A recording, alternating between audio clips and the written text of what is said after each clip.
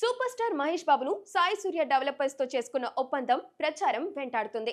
ప్రచారకర్తగా వ్యవహరించడంతో అటు ఈడీ సమస్యలు, ఇటు వినియోగదారుల కోర్టుల సమస్యలు వస్తున్నాయి. తాజాగా మహేష్ బాబుకు వినియోగదారుల కోర్టు సమన్లు జారీ చేసింది. మహేష్ బాబు ప్రకటనలు చూసే తాను ఫ్లాట్ బుక్ చేసుకున్నానని, కానీ తనను మోసం చేశారని వినియోగదారుల కమిషన్ లో ఓ వ్యక్తి కేసు వేశాడు. ఈ కేసులో ఏ3గా మహేష్ బాబును చేర్చి నోటీసులు జారీ చేశారు. ఇప్పటికే సాయి సూర్య డెవలపర్స్ పై ఈడీ దాడులు చేసింది. ఈ వ్యవహారంలో మహేష్ బాబుకు ఇచ్చిన రెమ్యూనరేషన్ లెక్కల్లో తేడాగా రాసుండటంతో ఈడీ నోటీసులు జారీ చేసింది. మహేష్ బాబుకు 3 కోట్ల రూపాయల నగదు రూపంలో ఇచ్చినట్లుగా కంపెనీ అకౌంట్ బుక్స్ లో ఉంది. దీనిపై ఈడీ మహేష్ బాబును ఆరా తీసింది. గతంలో 2 సార్లు నోటీసులు కూడా జారీ చేసింది.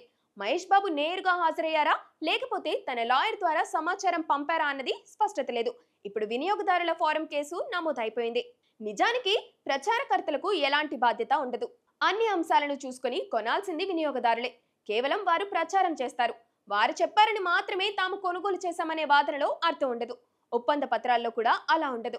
కానీ సెలబ్రిటీలు జాగ్రత్తగా ఉండాలని, మోసపూరిత సంస్థలకు ప్రచారం చేయకూడదని దర్యాప్తు సంస్థలు, న్యాయస్థానాలు పలుమార్లు సూచించాయి.